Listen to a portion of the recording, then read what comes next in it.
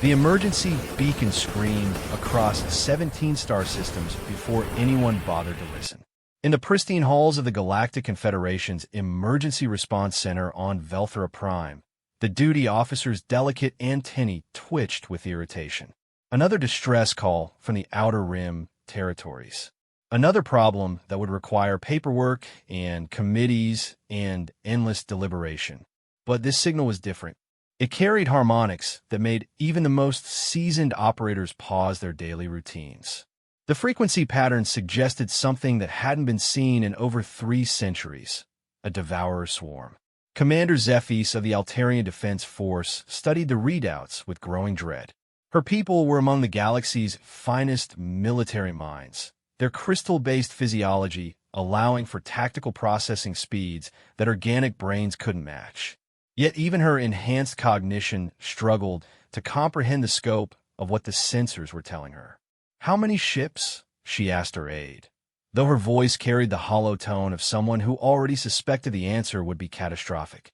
"Initial estimates suggest 40,000 vessels, Commander. The swarm is moving through the Kepler Nebula, consuming everything in its path. 3 inhabited systems have already gone dark. 40,000. The number hung in the air like a death sentence. The largest military fleet the Confederation had ever assembled numbered barely 8,000 ships, and that had taken decades to coordinate between member species who could barely agree on trade routes, much less military strategy. The Devourers had returned from whatever dark corner of the universe they had retreated to after their last defeat. Ancient records spoke of them in whispers and warnings passed down through generations of spacefaring civilizations.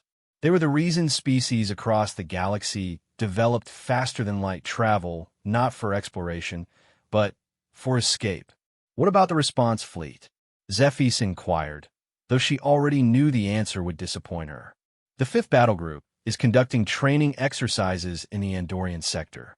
The 12th is on diplomatic escort duty. The 3rd," the aide's voice trailed off as she consulted her datapad. "The 3rd is dealing with a mining dispute that has lasted 4 months. Of course they were.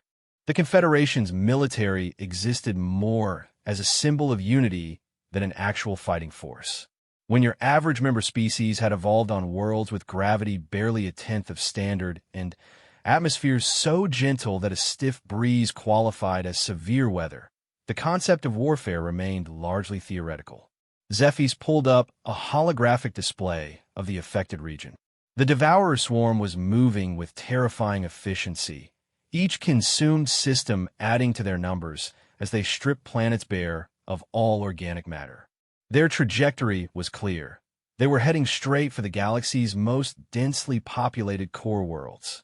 "Send an emergency council summons," she ordered. "All member species, maximum priority. We need every ship, every weapon, every tactical mind we can gather."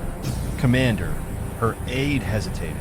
"According to protocol, emergency council sessions require a 2-week notice period for all members to prepare their delegations and override the protocol."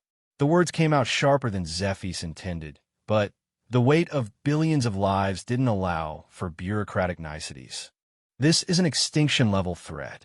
As emergency signals pulsed across the galactic communication network, responses began flooding back. The replies followed a predictable pattern: deep concern, promises of aid, and requests for detailed impact assessments that would take weeks to compile. The Vegan Trade Consortium worried about shipping route disruptions. The Centauri Academic Council needed time to research historical precedents. The Sirius Mining Guild wanted assurances about compensation for any industrial losses. Meanwhile, the Devourers continued their inexorable advance, each passing hour bringing them closer to populated systems that had known nothing but peace for generations. Then came an unexpected response from a sector that most civilized species preferred to forget existed. It originated from a small, unremarkable system on the galactic fringe, populated by a species that had only recently achieved faster-than-light capability. The message was brief, almost primitive in its directness compared to the carefully worded diplomatic communications flowing between other species. Receive your distress call. We're coming. Estimated arrival in 72 hours. Earth Defense Force, Admiral Sarah Chun commanding. Zephys stared at the message with a mixture of confusion and something that might have been hope. Earth. She had heard whispers about the humans, though most of what she knew came from intelligence reports that read more like horror stories than diplomatic assessments. They came from a world where survival required constant vigilance against predators, natural disasters, and environmental extremes that would kill most galactic citizens in minutes. Other species had labeled their home planet a death world and classified the humans themselves as barely controlled savages who had somehow stumbled onto space technology. The few diplomatic contacts had been brief and awkward, with human representatives making other species uncomfortable simply by existing in the same room. Commander, her aide's voice carried a note of concern. The humans have no significant military fleet. Intelligence reports suggest they have perhaps 200 vessels, mostly exploration and cargo ships with minimal armament. Their technology is primitive, their tactics unrefined. What could they possibly accomplish against 40,000 Devourer ships? Zephys found herself considering the same question. It's something about the human response nagged at her tactical mind. While every other species had responded with careful deliberation and requests for more information, the humans had simply said they were coming. No questions about compensation, no demands for tactical briefings, no concerns about their own losses. They had heard a cry for help, and they were answering. Pull up everything we have on human military capabilities, she ordered. If they're willing to face the Devourers, I want to know what they're bringing to the fight. The files that appeared on her screen painted a picture of a species unlike anything else in the galaxy. Where other civilizations had developed technology to overcome the limitations of their biology, humans had developed technology that amplified their natural advantages. Their ships weren't the sleekest or most advanced, but they were built to take punishment that would cripple vessels designed by species who had never faced true adversity. More intriguingly, human military doctrine seemed to embrace concepts that other species found disturbing. They trained for scenarios where retreat wasn't an option, where victory required sacrifices that civilized minds couldn't contemplate. Their strategic thinking incorporated variables that didn't appear in any other species' tactical manuals. Desperation, fury, and something they called spite. As Zephys delved deeper into the files, she began to understand why the galactic community kept the humans at arm's length. They were a reminder of what spacefaring species had left behind in their evolution toward peaceful cooperation. They represented the dark period before civilization, when survival demanded traits that modern society preferred to forget. But now, with extinction approaching from a void between stars, perhaps those forgotten traits were exactly what the galaxy needed. The Emergency Council convened 3 days later, by which time the Devourer swarm had consumed 2 more systems and grown to an estimated 55,000 vessels. The Great Chamber on Velthera Prime filled with representatives from across the galaxy, their various physiologies creating a rainbow of colors, shapes, and atmospheric requirements. The debate followed predictable patterns. The Andromedan Republic proposed a strategic withdrawal to defensible positions. The Tau Ceti Alliance suggested attempting diplomatic contact with the Devourers.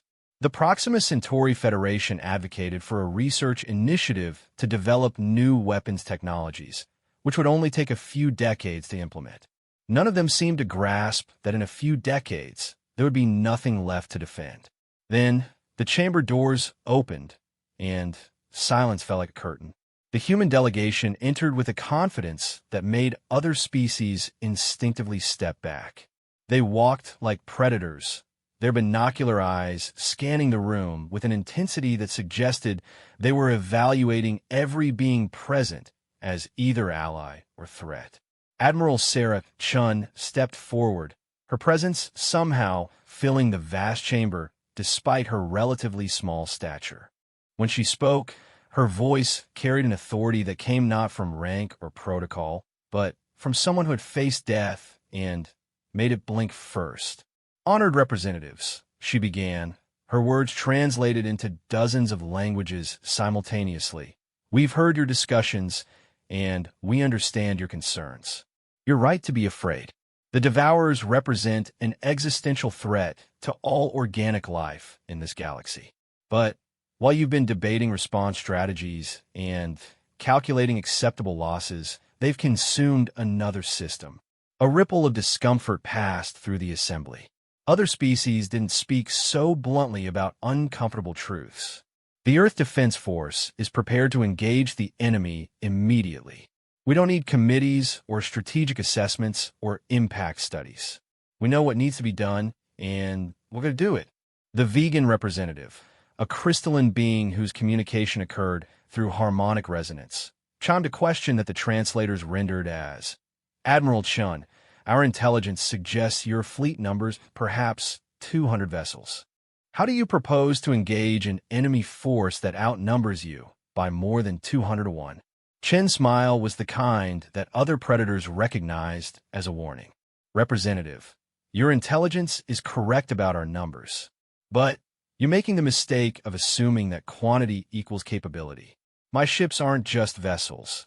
They're weapons platforms crewed by individuals who chose to stand between their homes and whatever darkness comes calling." "But surely," interrupted the Centauri academic representative, "even the most capable crews cannot overcome such overwhelming numerical disadvantage. Perhaps a more measured approach." "There is no time for measured approaches," Chen cut him off, her voice carrying the hard edge of someone who had made difficult decisions and lived with the consequences. "Every hour we spend in debate, another billion beings die. The Devourers don't negotiate, they don't retreat, and they don't show mercy. The only response they understand is overwhelming violence applied with precision and determination." She activated a holographic projector, filling the chamber with tactical displays that showed the Devourer swarm's movement patterns. "We've analyzed their formation and identified weaknesses. They rely on mass coordination and numerical superiority, but they're vulnerable to rapid, focused strikes against their command vessels. My fleet is equipped for exactly that kind of engagement." The displays shifted to show human ship designs, and several representatives recoiled visibly. Where galactic standard vessels prioritized elegance and efficiency, human ships looked like what they were, instruments of war. They bristled with weapon systems, armor plating, and backup systems that suggested their builders expected to fight battles where surrender wasn't an option. "We're not asking for your permission," Chun continued, her tone making it clear that human involvement wasn't up for debate. "We're offering coordination.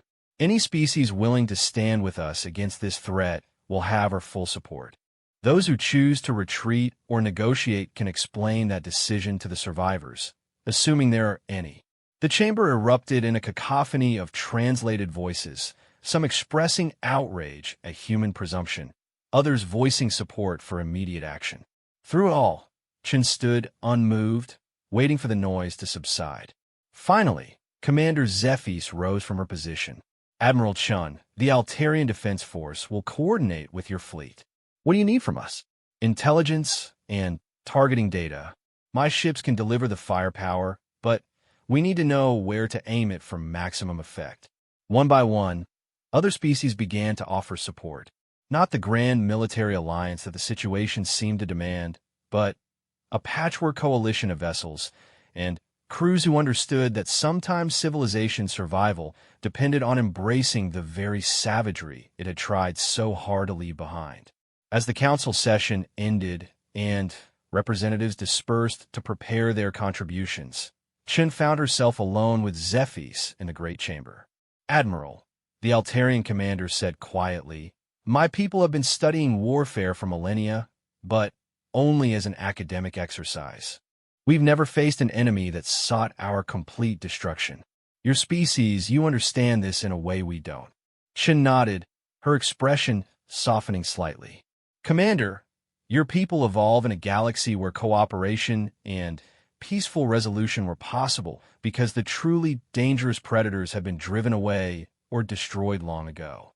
My species evolved in a place where the predators never left. We learned to become something they couldn't consume. And now the galaxy is about to remember why sometimes the only answer to a monster is another monster. The first joint fleet assembled in the Arcturus system looked like a collection of museum pieces and prototypes rather than humanity's last hope against extinction. Ships from dozens of species floated in loose formation, their designs reflecting the philosophical differences between civilizations that had never truly faced existential threat. The Altarian vessels resembled crystalline sculptures, all flowing lines and elegant curves optimized for efficiency rather than durability. Vegan ships looked more like mobile research stations, bristling with sensors and communication arrays, but carrying weapons that seemed almost apologetic in their minimal design. The few Centauri military vessels present appear to be more concerned with impressing observers than engaging enemies. And then there were the human ships. Lieutenant Commander Marcus Webb stood on the bridge of the EDF destroyer Indomitable, watching through the view screen as their unlikely allies attempted to form some semblance of battle order. 20 years of military service had taught him to read the subtle signs that separated veterans from parade ground soldiers, and what he saw concerned him deeply. "Sir," reported his tactical officer, a young woman whose calm demeanor masked the intensity that had earned her a place on humanity's most advanced warship. "The Altarian cruiser Harmony of Stars is requesting clarification on our weapons targeting protocols. They want to know our engagement philosophy regarding enemy vessels." Webb suppressed a bitter laugh. Engagement philosophy. While they debated the theoretical ethics of warfare, the Devourer swarm had consumed another system overnight. "Tell them our engagement philosophy is simple. We point our weapons at enemy ships and fire until they stop being a threat." They're also asking about our compliance with the Geneva Conventions regarding the treatment of captured enemy personnel. This time, Webb did laugh, though the sound carried no humor. "Lieutenant, explain to our allies that the Devourers don't take prisoners. They don't have personnel. They're a technological plague that converts organic matter into more ships, more weapons, more death. The only treatment they understand is complete destruction." Through the communication channel, he could hear the translated conversation between human officers and their galactic counterparts. The aliens seemed genuinely disturbed by humanity's direct approach to combat, as if the humans were discussing something obscene rather than military necessity. Captain Elena Rodriguez's voice crackled over the fleet command frequency, her tone carrying the authority of someone who had earned her rank through combat rather than committee appointment. "All vessels, this is Admiral Chun aboard the flagship Defiance. We're receiving updated intelligence on Devourer movement patterns. They've accelerated their advance and are now approximately 18 hours from the Kepler commercial hub." Webb pulled up the tactical display, watching as the estimated 55,000 enemy contacts moved through space like a cosmic plague. The Kepler hub supported nearly 2 billion beings across 7 habitable worlds and dozens of orbital platforms. If the Devourers reached it, the death toll would be beyond calculation. "Our combined fleet numbers 437 vessels," Chun continued. "The enemy outnumbers us by more than 100 to 1. Standard tactical doctrine would classify this as a hopeless engagement." Murmurs of concern rippled through the communication channels, translated into dozens of languages, but carrying the same underlying fear. However, Chen's voice cut through the growing panic. Standard tactical doctrine assumes both sides are operating under similar constraints. The Devourers have advantages in numbers and raw firepower, but they also have weaknesses we can exploit. They rely on mass coordination through central command nodes. Disrupt those nodes, and their numerical advantage becomes a liability. The tactical display shifted, highlighting specific vessel types within the enemy formation. Webb studied the data with professional interest, noting how human intelligence had identified patterns that their allies had missed entirely. "Human vessels will spearhead the assault," Chen announced, causing another ripple of translated concern. "Our ships are designed for close-quarters engagement, and can survive the kind of punishment required to reach Devourer command vessels. Allied forces will provide supporting fire and electronic warfare support. The Altarian fleet commander's response came through the translation matrix with barely concealed horror. Admiral Chun, you're proposing a direct assault against overwhelming opposition. The casualties will be catastrophic. Yes, Chun replied simply. They will be. But the alternative is the extinction of every organic species in this galaxy. I'll take catastrophic casualties over universal genocide. Webb felt a familiar sensation in his chest, the mixture of pride and dread that came with serving alongside people who understood that some fights were worth dying for. Around the bridge, his crew continued their preparations with the calm efficiency of professionals who had accepted their likely fate and chosen to make it count.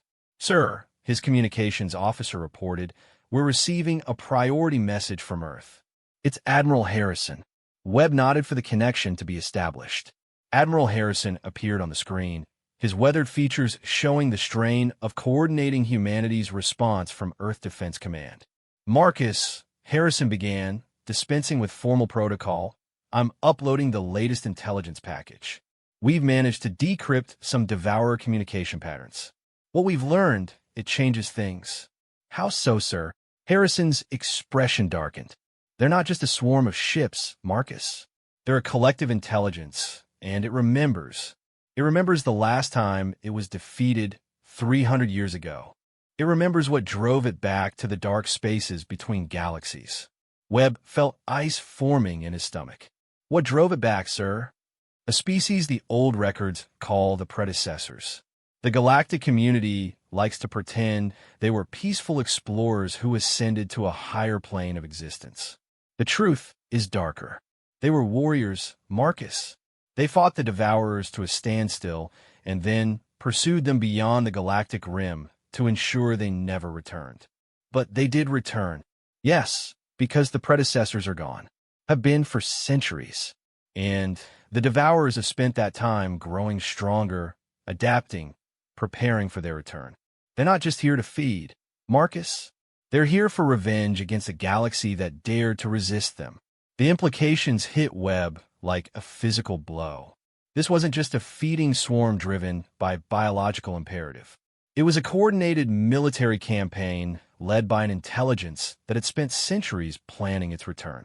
The numerical odds they faced were even worse than they had imagined. There's more, Harrison continued. We've detected massive Devourer construction activities in the void between galaxies.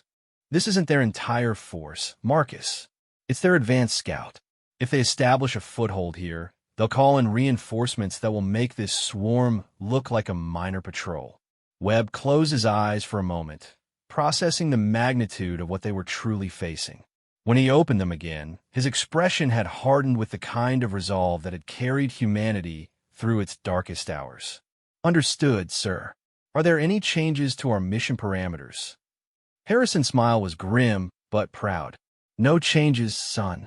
You still have 40,000 enemy ships to destroy. The fact that they're smarter than we thought just means you'll have to be smarter too. As the connection ended, Webb turned to address his crew. They had overheard enough of the conversation to understand the situation, and he could see the mix of fear and determination in their faces. You heard the Admiral, he said, his voice carrying to every station on the bridge. We're not just fighting for the people of this galaxy. We're fighting to make sure there's still a galaxy for future generations to inherit. The enemy is smarter and more dangerous than we thought, but they made one critical error. What's that, sir? His tactical officer asked. They decided to pick a fight with humanity. The bridge crew's response was immediate and unanimous, grim smiles and nods of acknowledgement. They were afraid. Only an idiot wouldn't be. But they were also ready. This was what they had trained for, what they had sworn oaths to do. When the darkness came calling, someone had to stand in its way. The combined fleet began its approach to the Kepler system under full stealth, using every trick of electronic warfare and sensor masking that the various species could contribute. The humans had insisted on taking point, their ships configured for maximum survivability rather than comfort or elegance. Webb watched the tactical display as they closed with their target, noting how the Devourer formation had adapted since the last intelligence update. The enemy ships moved with a coordination that suggested central control, but there were also signs of independent initiative that indicated distributed intelligence. "Contact in 30 minutes," reported his sensor officer. "Enemy formation is maintaining course and speed toward Kepler Prime. No indication they've detected our approach." Through the fleet communication channel, he could hear the nervous chatter of Allied crews as they prepared for their first real combat engagement in generations. The contrast with the calm professionalism of the human vessels was stark, where alien crews debated targeting priorities and rules of engagement. Human officers simply checked their weapons and prepared to do what needed to be done. "All vessels, this is Admiral Chun." The fleet commander's voice cut through the growing tension. "We going hard and fast. Human ships will punch through their screening forces and engage the command vessels.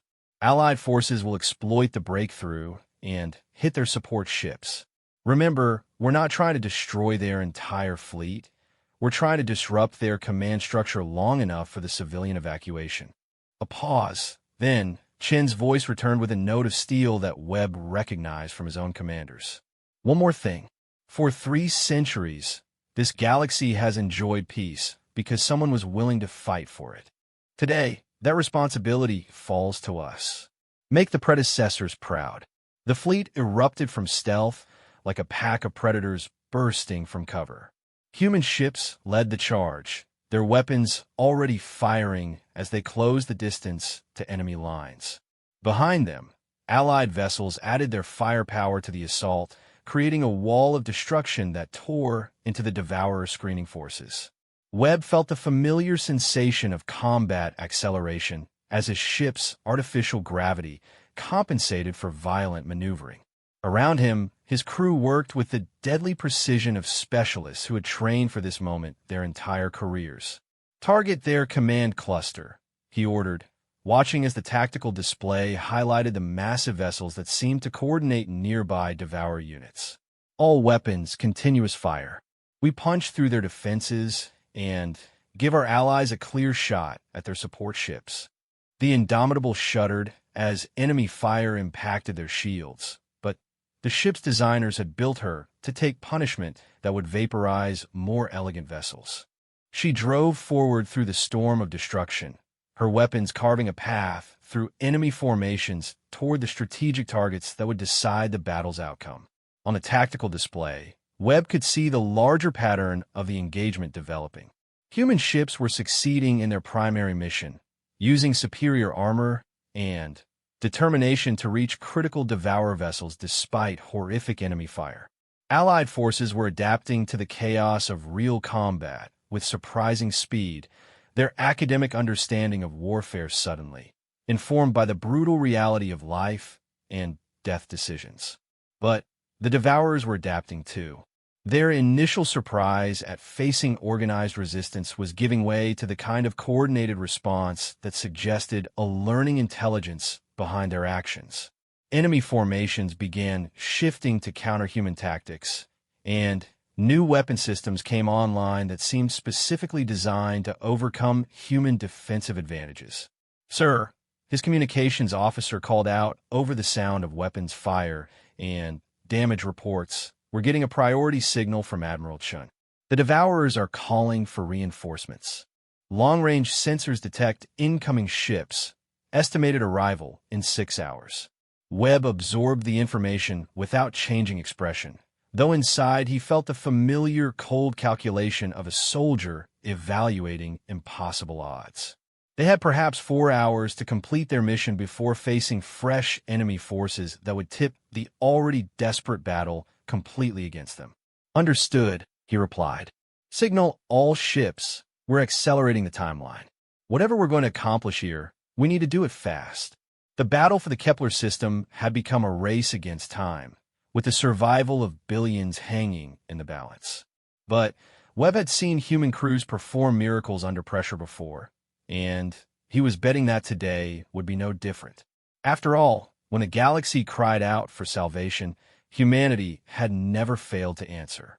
The first major Devourer command ship died in a cascade of brilliant explosions that lit up the Kepler system like a newborn star.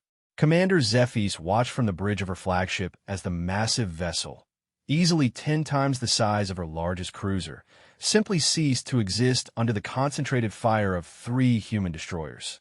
What amazed her wasn't just the destruction itself, but the way the human ships had achieved it. Where Altarian tactical doctrine emphasized careful positioning and calculated strikes, the humans had simply charged straight through enemy defensive fire, absorbing punishment that should have reduced their vessels to cosmic dust while maintaining enough combat effectiveness to deliver killing blows at point-blank range.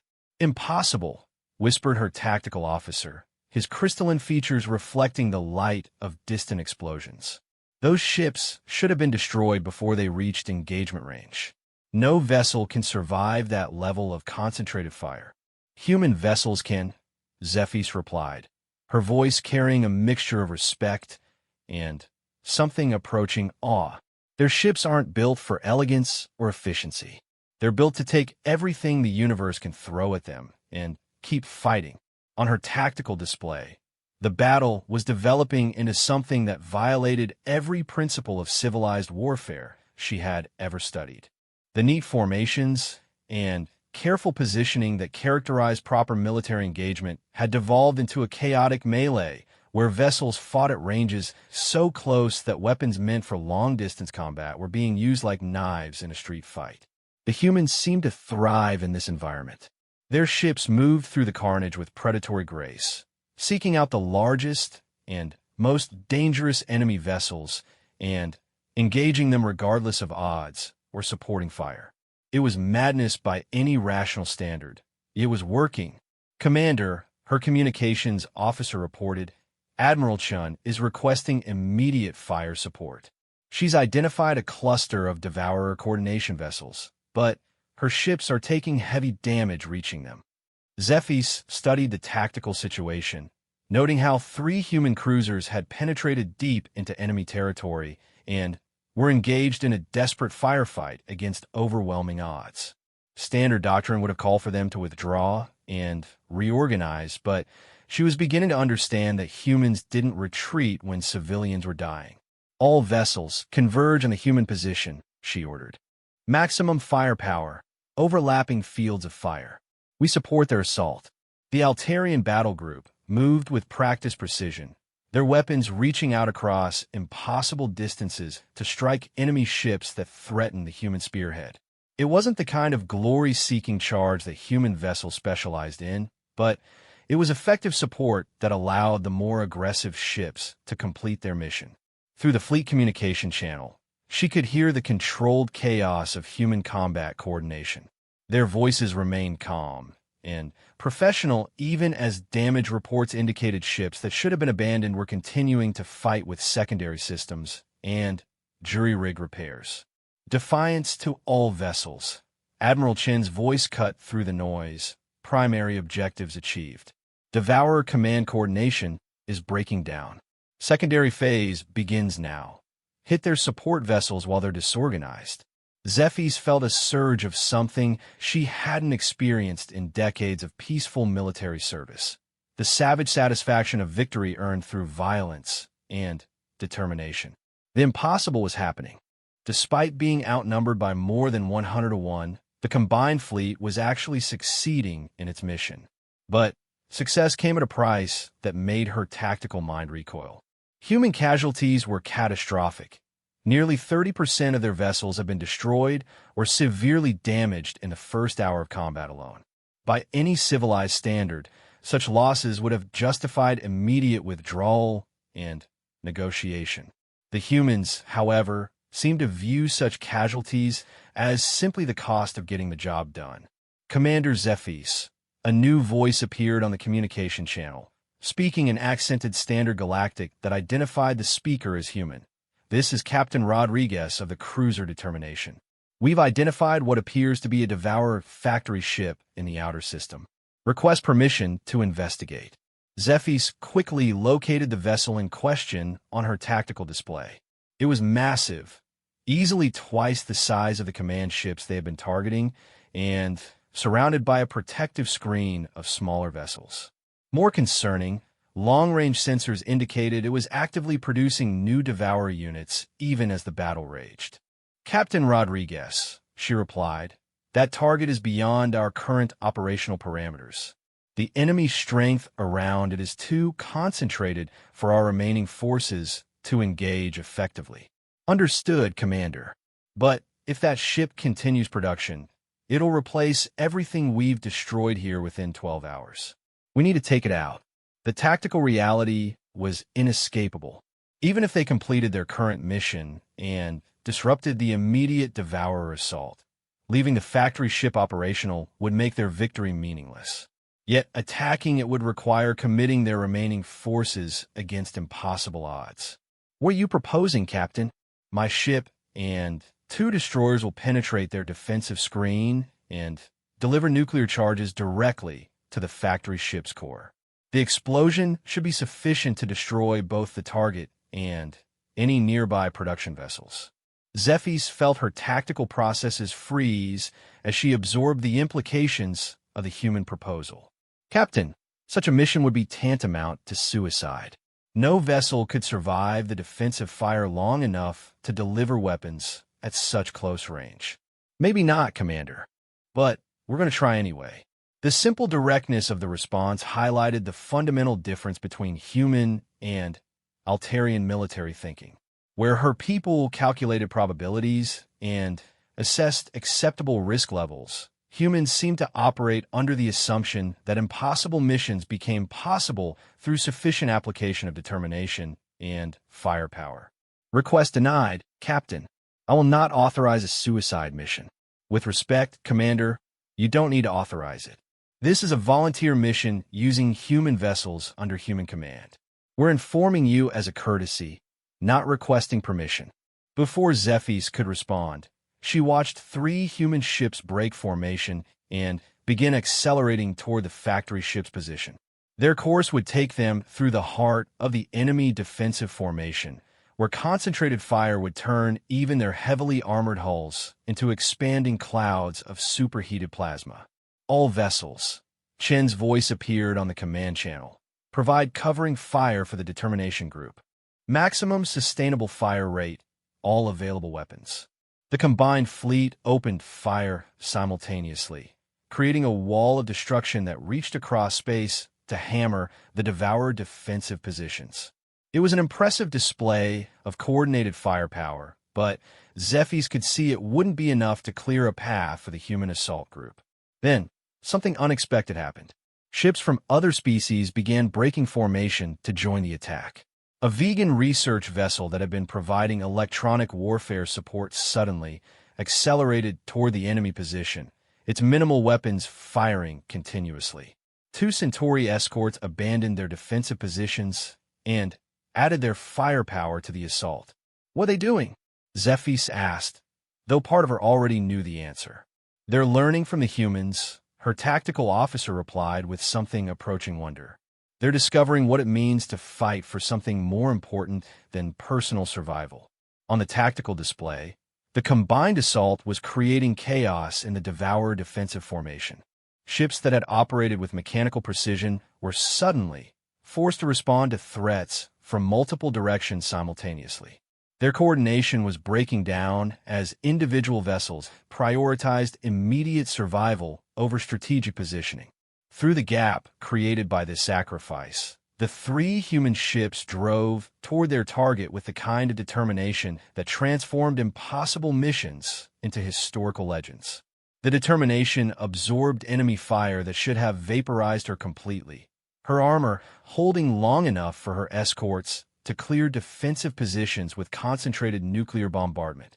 Nuclear charges armed and deployed, Rodriguez's voice reported with professional calm despite background sounds that suggested her ship was dying around her. "Charges will detonate in 30 seconds. All vessels, recommend immediate withdrawal to safe distance." Zephys watched the tactical display with fascination and horror as the human ships maintained their position, ensuring accurate weapon delivery even as enemy fire reduced their vessels to twisted wreckage. It was madness, but it was also the most magnificent act of courage she had ever witnessed. The nuclear detonations that followed lit up the outer system like a chain of miniature suns. When the radiation cleared, the factory ship and its entire defensive screen had simply ceased to exist, replaced by an expanding cloud of superheated plasma that would be visible from neighboring star systems. The cost had been 3 irreplaceable warships and their entire crews, but the strategic impact was immediate and decisive. Across the battlefield, Devourer forces that had been operating with mechanical efficiency suddenly began showing signs of confusion and disorganization. Without their factory ship providing replacements and their command vessels providing coordination, the massive swarm was transforming from an unstoppable force into a collection of individual targets. All vessels. Admiral Chen's voice carried a note of grim satisfaction. Enemy forces are beginning to withdraw. Maintain pressure, but do not pursue beyond the system boundary. We've accomplished our primary mission. The battle for the Kepler system was ending, but Zephys understood that something larger had begun. The galaxy had remembered what it meant to fight for survival, and the lesson had been taught by a species that had never forgotten. Commander, her communications officer reported, we're receiving a priority message from Admiral Chen. She's requesting immediate conference with all surviving fleet commanders. Minutes later, the senior officers from all participating species gathered in a virtual conference chamber, their various physiologies represented by holographic avatars. The human delegation was notably smaller than it had been before the battle, a sobering reminder of the price paid for victory. Ladies, gentlemen, and honored beings, Admiral Chen began, her avatar showing the wearer of Extended Combat Command. Intelligence reports indicate this was only the first wave. Long-range sensors detect massive Devourer reinforcements approaching from beyond the galactic rim. Estimated strength: over 200,000 vessels. The number hung in the virtual space like a death sentence. Even with their victory here, the combined galactic fleet numbered fewer than 300 ships. The mathematical impossibility of opposing such a force was obvious to every being in the conference. However, Chun continued, our success here has proven that the enemy can be defeated. Their coordination can be disrupted, their production can be stopped, and their advance can be turned back. What we need now is not just ships and weapons, but the will to fight when retreat would be easier. The Altarian representative spoke first. Admiral, my people are prepared to continue this alliance. Today we learned that some things are worth dying for. One by one, other species added their commitment to the growing coalition. They had witnessed humanity's demonstration of what was possible when intelligent beings chose to stand and fight rather than calculate odds and negotiate surrenders. Then, we begin preparations immediately, Chen concluded. The enemy expects to face the same galaxy they defeated centuries ago, divided, peaceful, and unprepared for total war. They're going to discover that some things have changed. As the conference ended and the various fleet elements began their journey back to their home systems, Zephys found herself considering the future with something she had never felt before, hope tempered by determination. The galaxy had cried out for salvation, and Deathworlders had answered with valor. But, more importantly, they had taught the rest of the galaxy how to answer that call themselves. The real war was just beginning, but now the galaxy had a chance.